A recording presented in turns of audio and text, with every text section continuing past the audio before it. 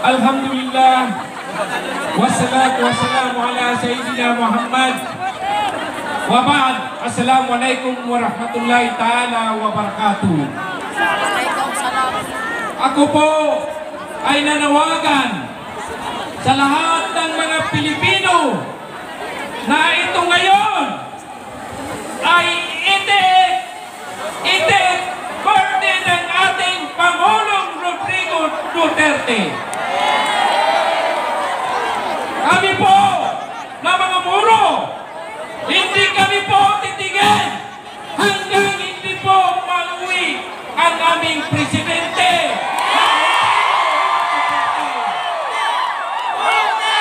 Ngayon,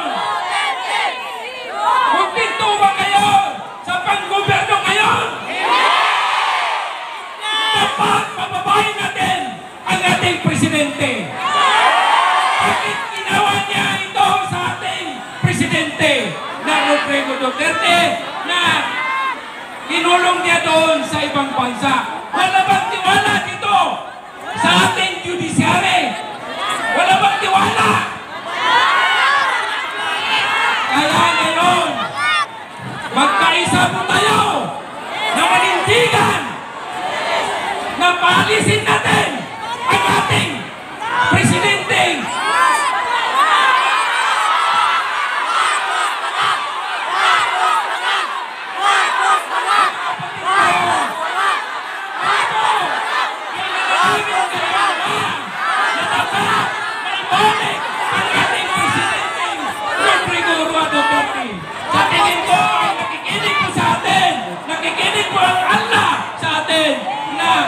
Ang hinihingi natin na ipabalik ang ating presidente Rodrigo Rua Duterte. Kaya po mga muro, malaking utang na loob namin sa kanya. Ginawa niya yung panahon dito sa Davao na isa lang ang deputy mayor. Yung pag-opo niya na 1988 na nagiging mayor. Alam niya ang mga muro na bawat tribo may representative. Ginawa niyang 6 na tribo na deputy mayor. Yun po ang isang legacy ng mga Moro na ipinaglaban po ni Duterte. Ang mga Moro, patas po ang pagtingin niya sa mga Muslim o Christian o Buddha.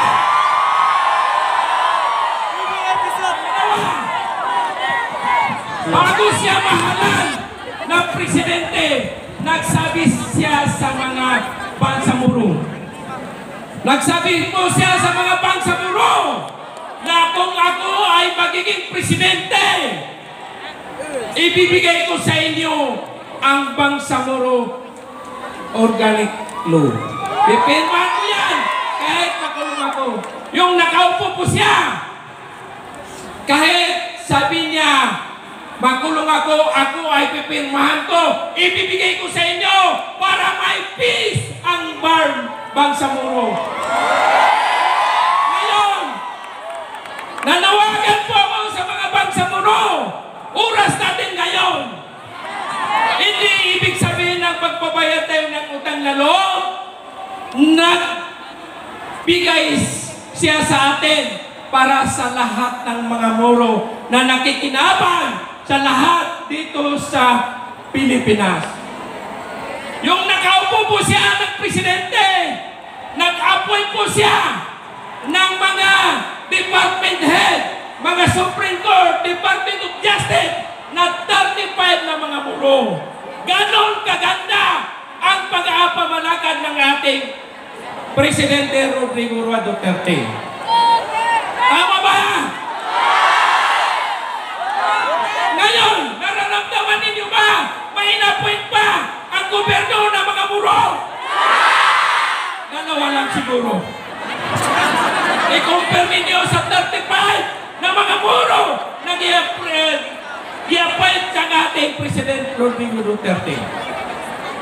Mga kaibigan, mga kapatid ko na mga Moro, ngayon, nakikiusap po ako. Silent is no option. Lalabas na tayo. Pakita natin na hindi tayo kontento sa administration ngayon ni Marcos.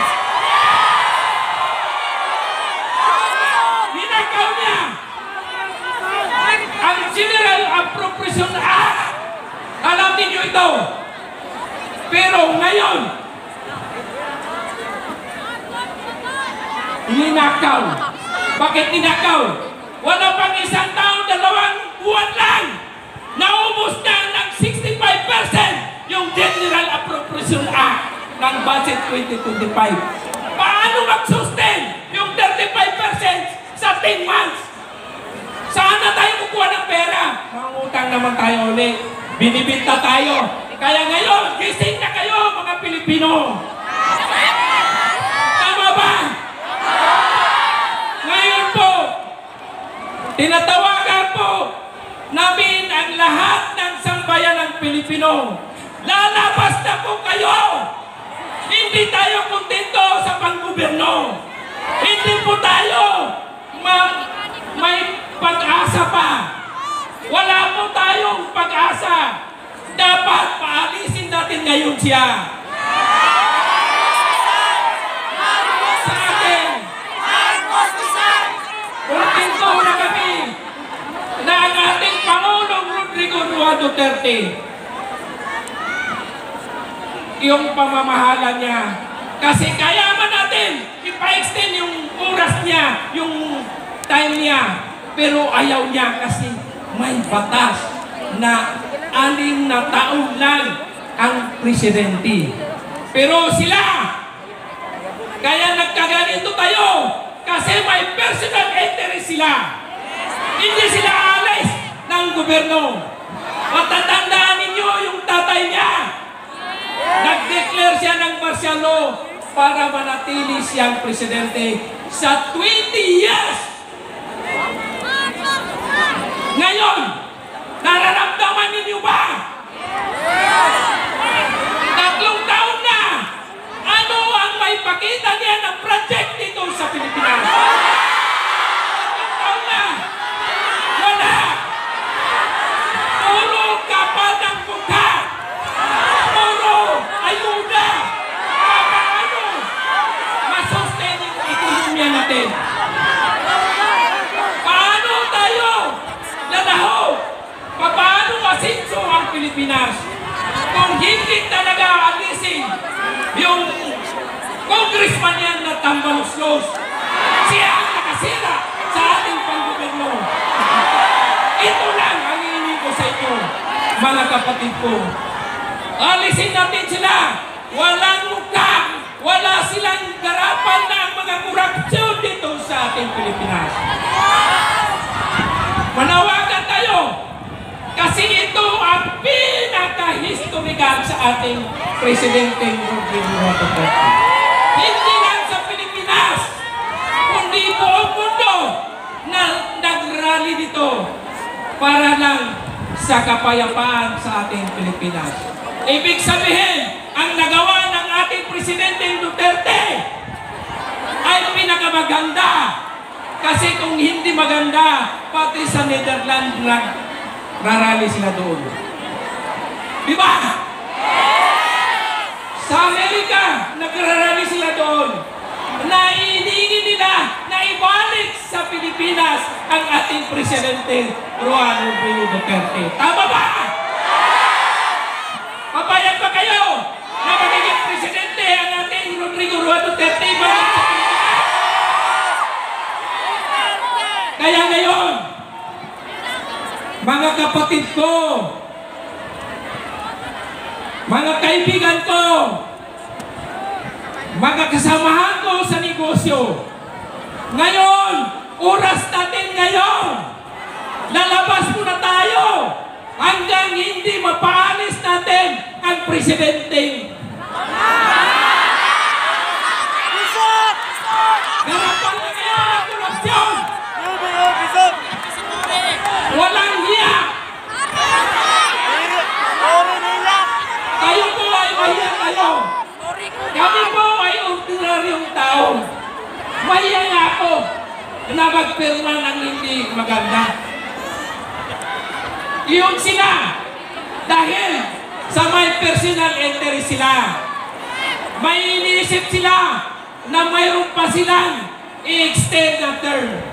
Hindi papayag po ang Pilipino. Diba? Hindi pa kayo papayag? Magkiisa po tayo. Nanawagan po ako sa lahat na nakikinig. Lalabas na po tayo dito sa Kali. Suportahan natin ang panawagan natin. Magkakaisa po tayo. Tama ba? Kasi, i-compare ninyo na first time in history na ang ating President Juan Rodrigo Duterte na inaristo, kinidnap. Nandito na ngayon yung mga aeroplano. Dati pa ang mga nilad. Ngayon aeroplano na. Diba? Tama ba? Tapos ang inikaso pa niya, human against humanity. Ha? Kasi kung tingnan ninyo, ang batas natin ay hindi makatarungan yung ginawa nila, yung pag-aresto nila kay President Rodrigo Duterte. Kaya nagkaganito po tayo! Dahil kinidnap nila ang ating Presidente Rodrigo Duterte. Hindi maganda po ang ginawa ng ating gobyerno. Ibinuktot nila ang batas natin. Bakit hindi binaluktot? Marami kayong mga abogado, marami kayong mga magagaling dyan. Yung Office of the Solicitor General na hindi siya kumampi doon sa sinasabi ng Marcos administration. Kasi alam niya, mali yung ginawa nila. Mali yung pag-aresto nila sa ating presidente. Kinidnap nila. Kaya ngayon, kikidnapin din natin yung administration.